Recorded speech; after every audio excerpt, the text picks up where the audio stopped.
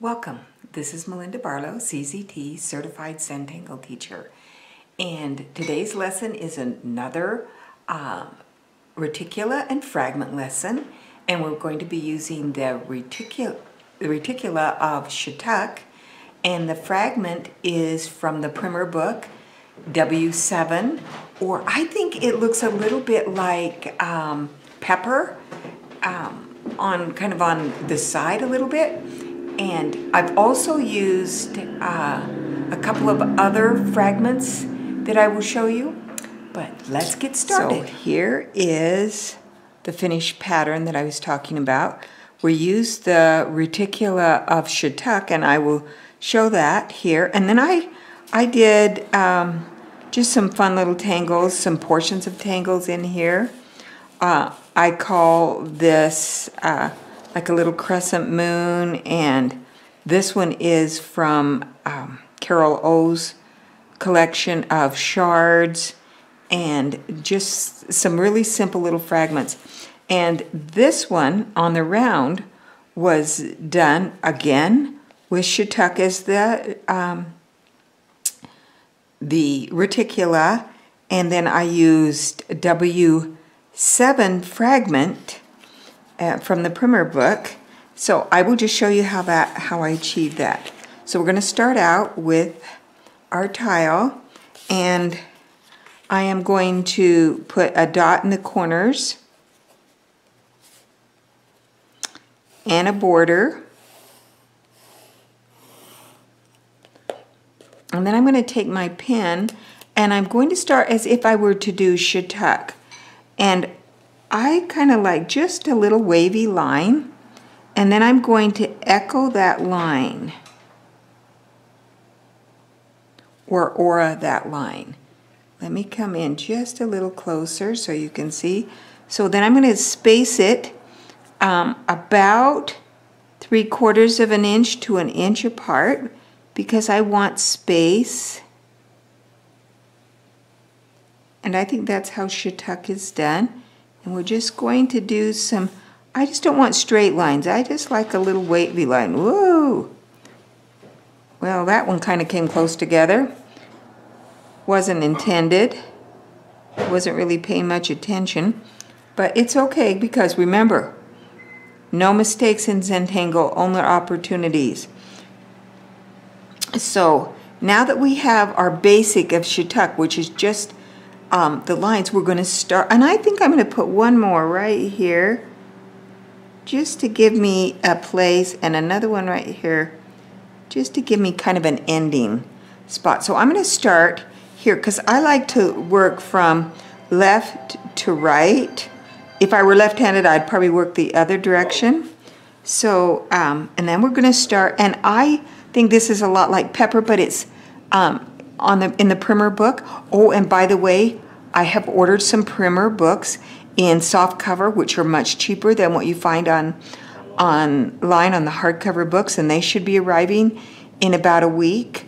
If you want, you can pre-order. I'll activate that, and you can pre-order those, but they won't be shipped until they get, and it'll be about a week before they get, but I will put those in as a pre-order.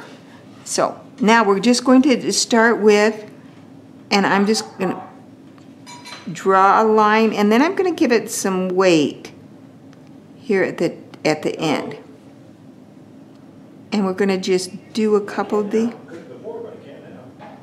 just going to give it some weight on the end. And I am just going to I rotate my tile just a little bit.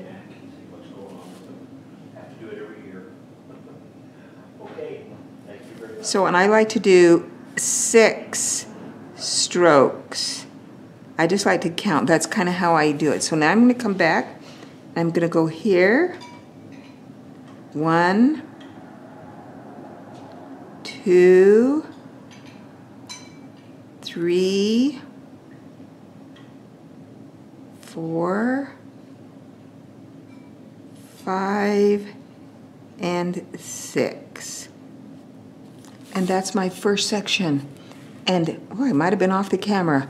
We'll do it again. So we start with 1, And there's 1, 2, 3, and you can see I start at the same spot every time. 4, 5,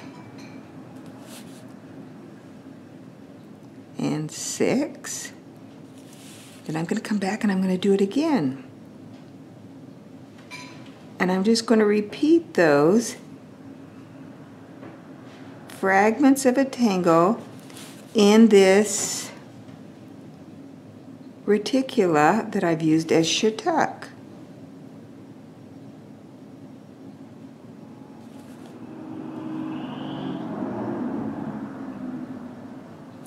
One, 2, 3, 4, 5. One more. 6. Give it that little weight at the end. Now I'm coming back and do the same thing. So I just repeat this little fragment of a tangle down my line. This fragments or reticulas and fragments are an amazing way to open up the possibilities of Zentangle. 1, 2, 3, 4, 6. So there we have it. So I'm going to do one more. I'm going to come up and I'm going to start up here. Ooh, I hope I haven't been going off the camera on that. That will be tragic for this. I'll widen out a little bit so you can see. And I always come back to the left. So I draw up and then come back to the left to give it that weight. And sometimes I like to give it a little curve.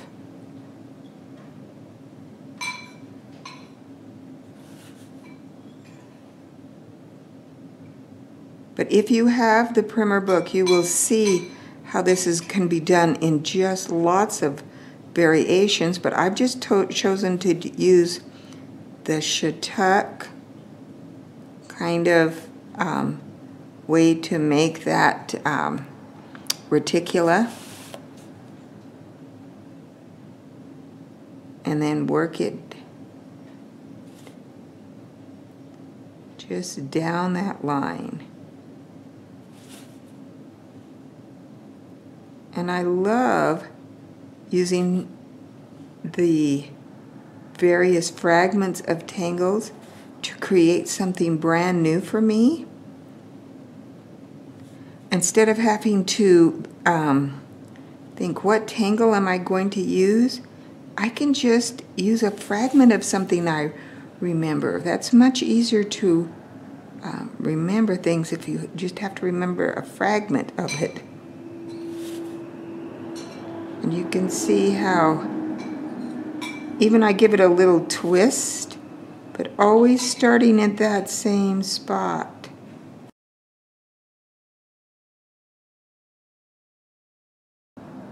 You could actually probably stop at any time, but I just like to, when I'm doing tangles, I think the counting is part of the relaxation for me when I count in my head. 1, 2, 3, 4, 5, 6, or 1, 2, 3.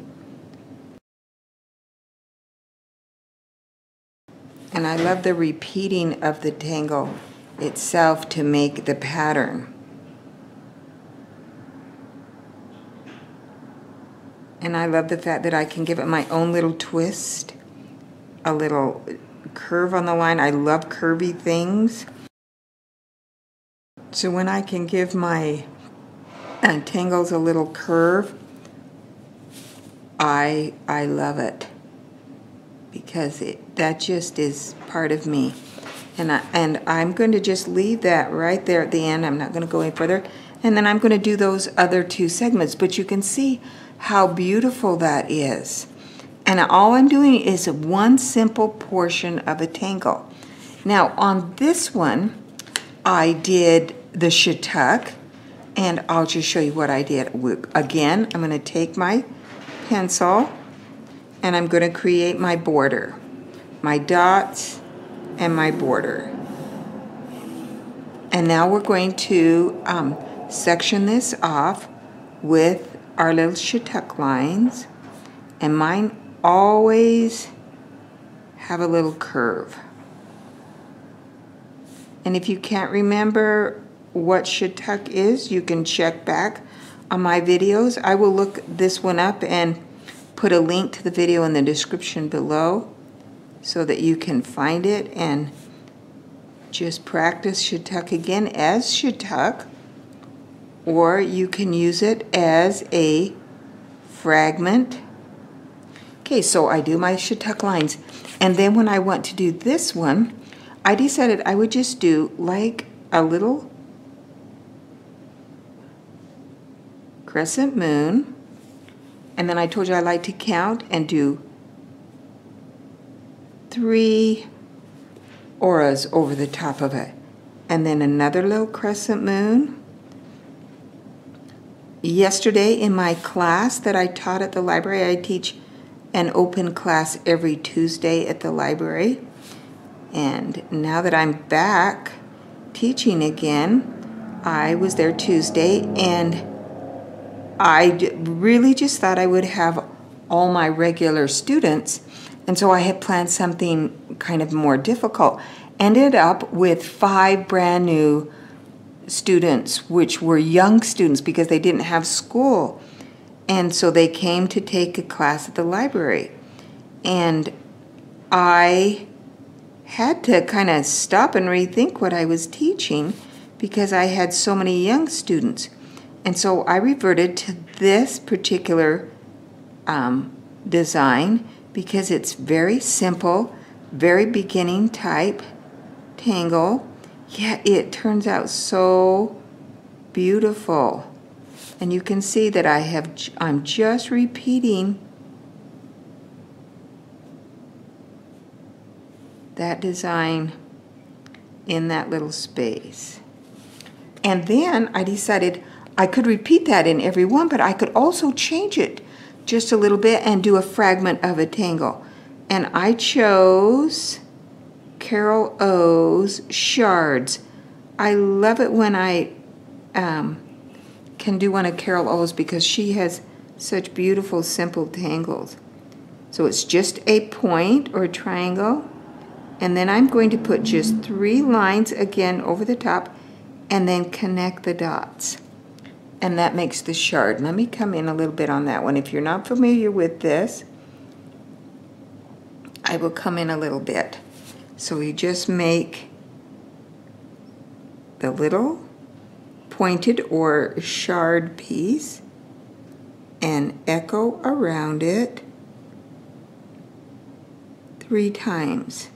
That's my rendition of it. So we'll do it one more time because it looked like I was off camera.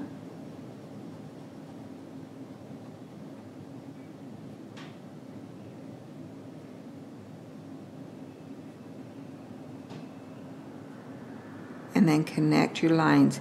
And if you're not particularly perfect, you just want to make sure you connect those pointed spaces. And you just keep building this one in this space and filling in all your space. And then I thought there's one other thing you can do. You can just make, I'm just going to put a straight line and fill it in, and then 1, 2, 3 lines on it. What this does is it gives you some drama. So there, I'm going to fill in this.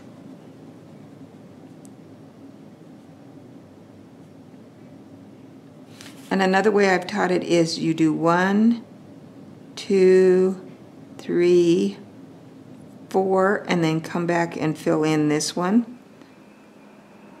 That first one. But for me, I find it much easier if I do my first one, and I like it to be just a little bit fatter than the rest. 1, 2, 3, and fill in that.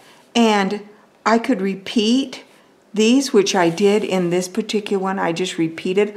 I added a little white, but you could come back the other direction to give it another look. Maybe your shards come back the other direction. But that's another fun way to fill in a reticula with some fragmented pieces. So let's look at what I did here on this one, and then I wanted to shade, so I took there's my clock going. I'm going to just take my pencil and I'm just going to come down on either side of my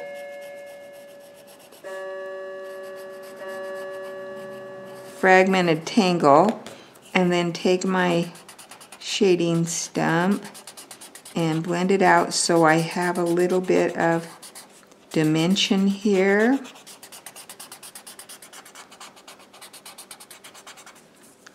And that's how we get this beautiful look.